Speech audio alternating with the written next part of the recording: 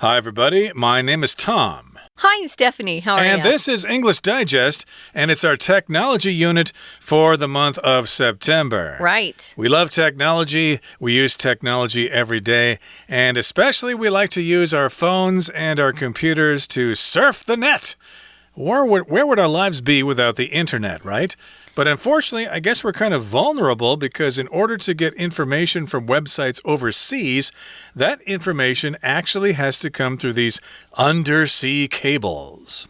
Yeah, it really does put us at a disadvantage, I think, because how easy would it be just to cut those cables and we would not be able to communicate with some of these other places that we need to. We're going to talk about some of these words, some of the technology. It might get a little bit, complicated for me. I'm not into this kind of high tech, but we will tell you about how these undersea cables, how they came to be, the history behind them. That's very interesting. And you'll learn some really important vocabulary words and phrases. Let's get started.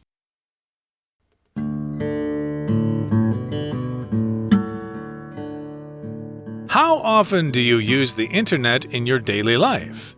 If you were told to mark down each time you accessed a service made possible by the internet, you would lose count almost as soon as you started.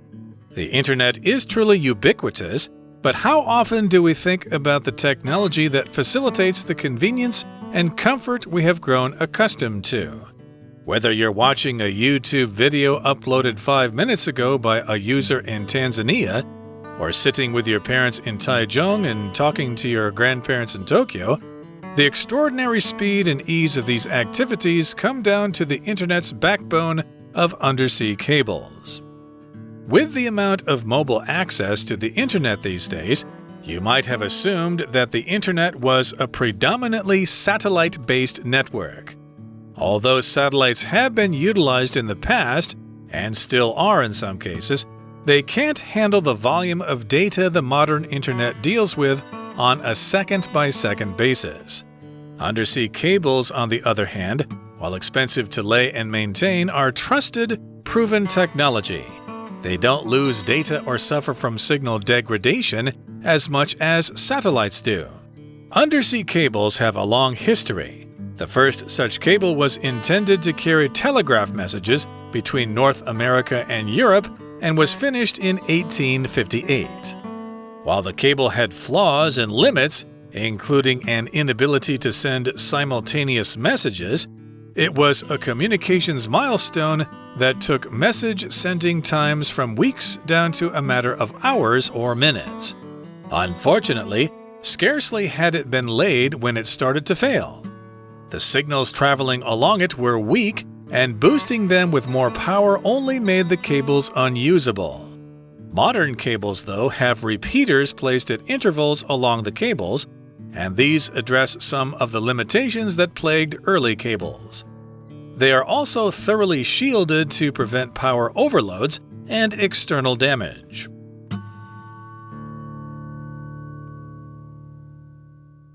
Okay, guys, let's look at the title first here. It says, Undersea Cables Weave the World Wide Web. So how often do you use the internet in your daily life? If you were told to mark down each time you accessed a service made possible by the internet, you would lose count almost as soon as you started. Now, I know Tom doesn't buy much on the internet. I shop online all the time. I think that's really almost the only way I shop is online. Yeah, I only buy ebooks on the internet these days, but I do access the internet quite frequently on a daily basis because there's always some information. I always want to read some news items from various websites to check Facebook and Instagram and stuff like that. So I think most of us probably access the internet countless times during the day. So yeah, if you had to mark down each time you accessed a service made possible by the internet, you'd lose count almost as soon as you started. You just do it so often. It's the first thing you reach for when you wake up in the morning. Where's my phone? I need to check things out right away, even before I get out of bed. Now, the internet is truly ubiquitous, But how often do we think about the technology that facilitates the convenience and comfort we have grown accustomed to? Now, if you describe something as being ubiquitous, that just means it's pretty much everywhere. Like in Type A here, yellow taxis are ubiquitous.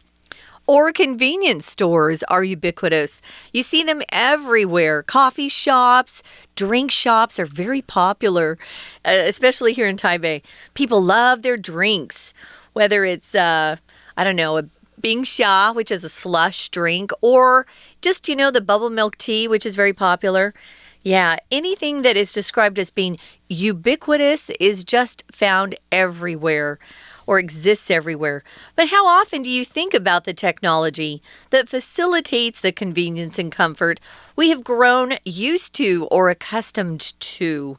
If something facilitates something else, it just means it's making it easier for an activity to happen or a process to take place. Often you'll have facilitators. If you are in business and you go to a workshop, I was often a facilitator at workshops on how to do good presentations. And so a facilitator just makes the learning process easier, or is able to take comments from all the students and then come up with a conclusion or a solution, a facilitator. If you facilitate, then again, you just makes the process easier. Computers can be used to facilitate lots of things like language learning. When I want to improve my Chinese, of course, I go to my computer and I use different programs, including Google Translate sometimes. Don't depend on Google Translate. It makes lots of mistakes. But if you already know a lot about the language, it can be a fast way to translate something. It can maybe get some of the basic work done, and then you go in there and fix it up a little bit. Yeah, you make it better, definitely. Right, and I should say that, yes, the smartphone or even the cell phone really facilitated personal communication. Many years ago, of course, if you wanted to get somebody on the phone, you had to wait for them to be at home, or you had to wait to see them at school or at the office. And when the cell phone came out, we could find them right away. Cell phones facilitated communication. And yes, the internet is ubiquitous. It's everywhere. But hey, how often do we think about this technology? What technology is that? Well, the technology that makes things easy and comfortable for us, and we are accustomed to that convenience. If you're accustomed to something, you're used to it. So, yeah, if we suddenly lost our internet connections, we would feel totally naked. We wouldn't know what to do. Well, it happens sometimes when your internet goes down. It's really frustrating. They did a lot of construction in my neighborhood about a year ago on the street, and we kept losing our internet, which was really frustrating for a lot of people, especially if you have a deadline and you're writing something and you use the internet to do your research. It's kind of a mess. So, yeah, we've really become accustomed to it, used to it. Whether you're watching a YouTube video uploaded 5 minutes ago by a user in Tanzania, a country in East Africa, or sitting with your parents in Taichung and talking to your grandparents in Tokyo. See how easy this makes life and communication. The extraordinary speed and ease of these activities come down to the internet's backbone of undersea cables. So our author is describing those cables as being the backbone of the internet. So what does backbone mean? Are they talking about our spine? You know, those bones that make up our spine and help us to stand? No, but it's an interesting idea. Backbone, if someone describes something as being the backbone of something else, they're saying it's a really important part. It could be the foundation of something, or maybe something that's a substantial part of what you're doing. You could even describe a person as being, he's the backbone of our team. If you have a teammate or a team member who's really important, you could lose other people, but you absolutely can't lose, say, Susie. You would describe her as being the backbone of that team. So it's a sturdy part of something, an important part of something, something that's essential. Right, so yes, we're talking about the speed and ease of the internet, and it all comes down to these cables. So to come down to something just means that's the basic explanation for this thing. Like many years ago when my students would ask me the question, Teacher, how can I improve my English? Well, I would always say, it all comes down to how badly you want it. If you really want to learn English well, you will figure out a way to do it. You don't have to ask these questions. If you ask this question, how can I improve my English? You probably won't improve. Okay, so yes, indeed, the speed and convenience of the internet all comes down to this backbone of undersea cables, which we will talk about in the next paragraph. We'll take a break right now and listen to our Chinese teacher. 大家好，我是派老师。今天讲解的是9月份 Unit 15 Undersea Cables Weave the World Wide Web 第一天的课程。这个单元所谈的主题是 Undersea Cables 海底电缆。因为武汉肺炎席卷全球的关系，人际交流形式彻底改变。以往视讯或许只是会面的一个选项，现在因为疫情却成为必然甚至唯一。不过大家有没有想过，如果网络停摆了会怎么样？多数人，尤其现在25岁以下的年轻人，可谓 digital natives 数位原民，从小习惯在网络上生活、学习、娱乐、搜寻资讯，以 take the internet and the cyber world built upon it for granted。好像生活中网络就跟马路一样，是理所当然的基础建设。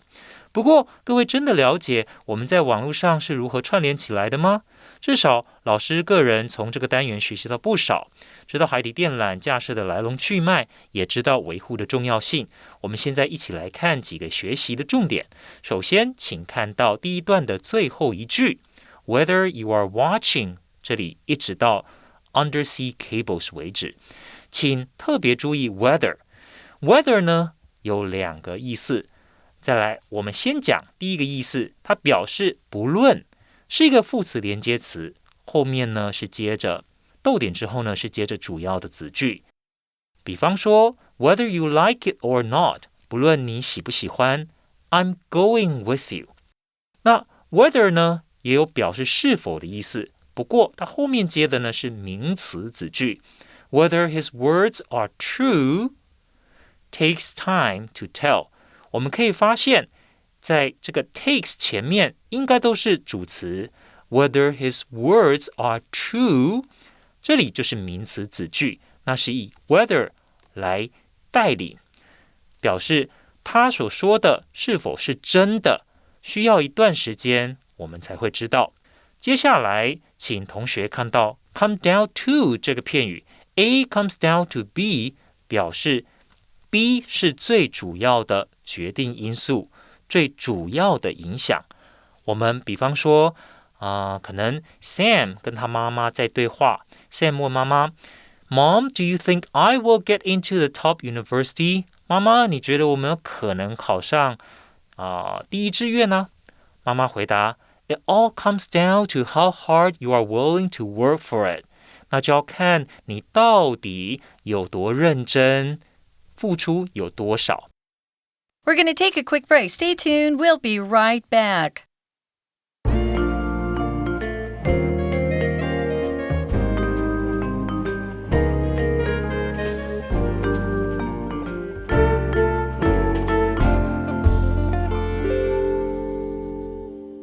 Welcome back, guys. We're talking about undersea cables that weave the World Wide Web. What is this technology for? Maybe some of our listeners didn't know we had cables under the sea. I bet most of our listeners do know. I know we had a really bad earthquake a couple of years ago that really disrupted those undersea cables. And we did lose internet for a while. It was really hard. But they were able to repair those. We know that these cables are considered to be the backbone of the internet, our connection to the rest of the world. You know, we're just a little island here. We definitely need the internet in order to do business and communicate with other people, especially our families, if you have relatives who are living in other places, other countries. So, yeah, that cable underneath the sea is definitely the backbone of the internet. Now, with the amount of mobile access to the internet these days, you might have assumed that the internet was a predominantly satellite-based network. Some people might have thought that. I did think that a lot of our internet was still satellite dependent or satellite-based, where you would really need the satellites working in order to have the internet. But actually, it's the undersea cables that are the predominant connection, you could say, so that we can communicate through the internet. Yeah, I was the same way, of course. This is the era of high technology, so of course our internet traffic is going via satellites. But actually it's not true. It's actually going through these cables here. So yes, most of us probably assumed that the internet was a predominantly satellite-based network. And although satellites have been utilized in the past, and still are in some cases, they can't handle the volume of data the modern internet deals with on a second-by-second basis. Okay, so yes, indeed, they do use the satellites sometimes, but there's just too much traffic out there. Satellites can't handle all that data, so they have to go someplace else. All of us are online pretty much at least half the day, getting information from overseas, from Instagram or Facebook or wherever. So yeah, that traffic just cannot be handled by a couple of satellites in space. Yeah, so satellite. What is a satellite? Did we talk about that? Not yet, but we can. Yeah, it's a manufactured object. They actually produce these. And it's intended to circle the Earth or the moon. It could circle another satellite or another celestial body, it says. Satellites here are man-made, though. We also talk about some of these natural things in life that orbit something else. Those are also referred to as satellites. But here, we know satellites are produced by companies usually. Sometimes if the country's too small, the country will actually manufacture the satellite and then shoot it into space. And it's through those satellites that some of these, for example, TV networks are able to have reporters in one state, and they're giving a report, and it goes into the station. They actually are using satellites, not undersea cables. And you have to pay for that satellite time, it's called. And once the time ends, your connection disappears as well. So that's a satellite. Yeah, I thought we were still depending quite a bit on satellites because we hear about new satellites going up all the time. Indeed, but again, the main traffic goes through those cables. So yes, we do utilize satellites sometimes, but for the most part, we use those undersea cables. And yes, we're dealing with all this data on a second-by-second basis. Sometimes we say day-to-day basis, but we're talking about a really short time here, so we're saying second-by-second basis. And undersea cables, on the other hand, while expensive to lay and maintain, are trusted, proven technology. They don't lose data or suffer from signal degradation as much as satellites do. So yes, we've got those undersea cables. On the other hand, when we're comparing them to satellites, they are expensive to lay, even though they are expensive to put under the sea, and they are expensive to maintain. They're still trusted, and they still are proven technology. We've used them before, and we've relied on them before, so we're going to continue to use them. It says here they don't lose data or suffer from signal degradation. Degradation is the noun form of the verb to degrade. To degrade just means over time or over the process of something becomes less and less effective or becomes worse and worse, degrades. So, yeah, they don't suffer from signal degradation as many of the satellites do, as much as satellites do at least. Satellites, there's a lot of distance between, I guess, shooting up there and hitting the satellite and then coming back. So, yeah, the cables work better that way. Undersea cables have had a long history. The first such cable was intended to carry telegraph messages between North America and Europe, probably New York City and London, I'm just going to guess, because that's where all the activity was, at least business-wise and politically, between those two continents, North America and Europe. It was finished back in 1858. Wow, that was a long time ago. Yeah, and they were for telegraph messages, which used Morse code. That's how they communicated then. Those would all represent letters and numbers and stuff like that, and that's how they communicated then. And this is interesting here that cable was finished way back in 1858, so they were able to send Europe news of the American Civil War at the time. And while the cable had flaws and limits, including an inability to send simultaneous messages, it was a communications milestone that took message sending times from weeks down to a matter of hours or minutes. So it did have its flaws, it did have its problems, the first of which were an inability to send messages at the same time. If you do something simultaneously, you do it at the same time. It was raining and thundering simultaneously. There was rain and thunder at the same time. Yeah, so only one message could go across at one time. Very basic service, you could say. So it was a communications milestone. If something's a milestone, it means you're in a long process, but this was a very good point to reach. You feel like you've accomplished, just part of your goal, but you have to kind of celebrate your milestones. Well, it took messages from weeks to arrive to just hours or even minutes. So it changed life a lot for the people back then. Unfortunately, scarcely had it been laid when it started to fail. So you can tell they didn't have a very tough cable. It was the degradation was happening very fast. So it didn't last long. They don't tell us why that was the case. Maybe it was the quality of the cable. I don't know. But today we have much better cables. Hopefully we do. So again, scarcely had it been laid.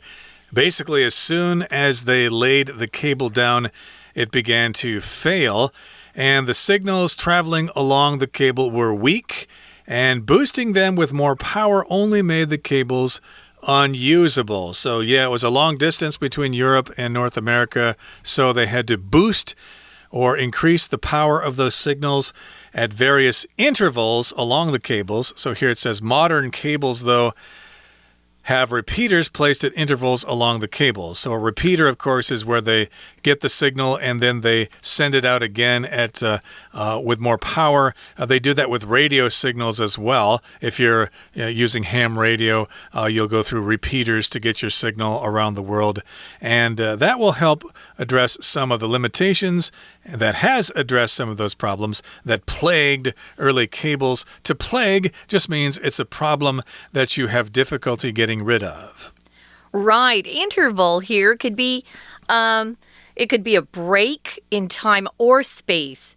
So you could have intervals that were just breaks in the amount of time. Maybe you had a 10-minute interval where you got to, relax and enjoy yourself, and then you went back to class for the other time.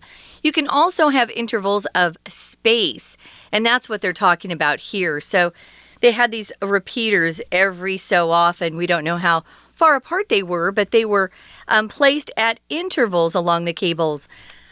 Interval is also used as the other word for intermission in England.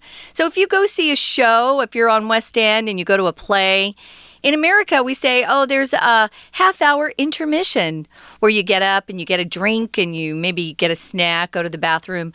But if you go to the UK and you go to see a show, it's called the interval. I thought that was weird. Interesting. Yeah. And again, about cables, they are also thoroughly shielded to prevent power overloads and to prevent external damage. So they're shielded, they're protected with extra layers, and of course they want to protect it from overloads when there's too much electricity, and also you want to protect the cables from external damage like sharks, which we'll get to in our next program. And here, external just means coming from the outside. The opposite is internal. So yeah, they need to protect it from damage from the outside like sharks or earthquakes or whatever. Okay, that brings us to the end of our explanation for today. Let's listen now to our Chinese teacher. 随着太空科技的快速进展，或许有一天立方卫星真的会带动6G 行动网络的普及。但课文第2段告诉我们，至少到目前为止，海底电缆相较于卫星，还是比较适合作为跨越全球的网络骨干。